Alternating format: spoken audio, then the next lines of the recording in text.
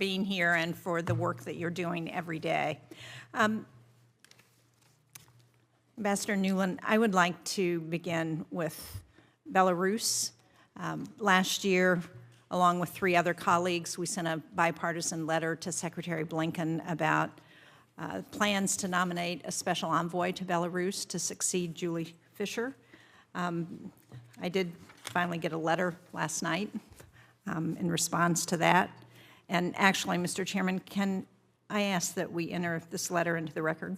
Without objection. Thank you.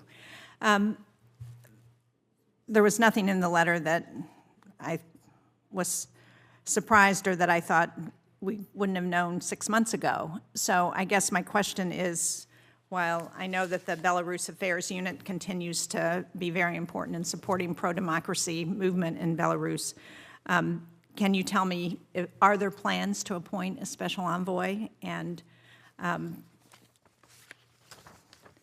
who currently leads the administration's policy on Belarus? Thank you, Senator Shaheen, and I'm going to apologize on behalf of our department for taking 6 months to answer a letter from you. That's unacceptable, frankly. We are looking for an appropriate candidate, a career candidate for this job. It's a complex job, as you know, because you have to work in Vilnius at this moment, given the status.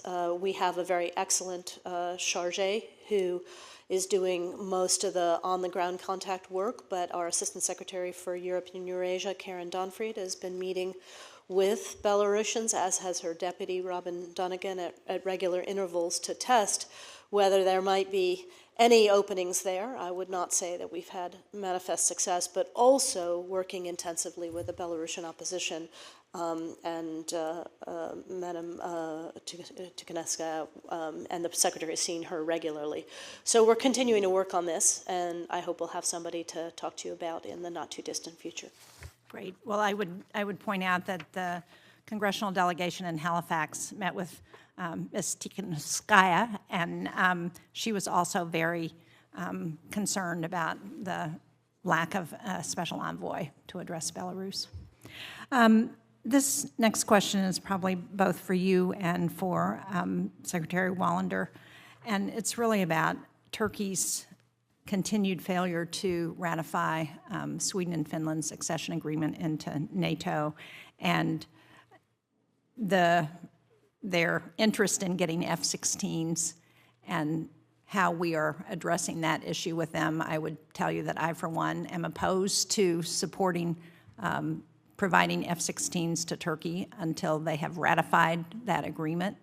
And I think a number of my colleagues share that concern. I know there are other issues around those F-16s, but I just want to put that on the table as one of the concerns that I have. I think Sweden has moved very deliberately to address the concerns that were discussed with Turkey in terms of their accession into NATO, and that their President Erdoğan, unfortunately, is using this, it appears, for his domestic political interests as opposed to really addressing what's in the interest of NATO and the security agreement that we need as we support Ukraine in their fight against Russia. So I don't know which of you would like to address that. When I start, we agree with you, Senator Shaheen, that Finland and Sweden are ready to join NATO now, and we were grateful for the speedy ratification here. And as you know, almost all allies have now ratified, with the exception of Hungary and Turkey. This comes up in every single conversation we have with Turkey, and we have tried to, the Swedes, as you know, have put forward a roadmap that they worked through with Turkey. They've met many of those benchmarks, and they're continuing to try to do more there. We have made the same point to our Turkish allies that you just made, that we need this Congress's support moving forward for the security enhancements that we think that they need as allies. F-16, some of them are old, but that this Congress is likely to look far more favorably on that after ratification. So keep making your points, and we will too. Thank you. Would you like to add to that? I would just add that the Defense Department makes precisely the same points to our Turkish allies at every opportunity. and reinforces that in the democratic processes that support American foreign policy, the Congress plays an important role, and they need to take that seriously. Thank you very much. Thank you, Mr. Chairman. I have lots of questions about Russian influence in the Balkans, but I will save that for another time. Thank you. Senator Merkley. Thank you, Mr. Chairman.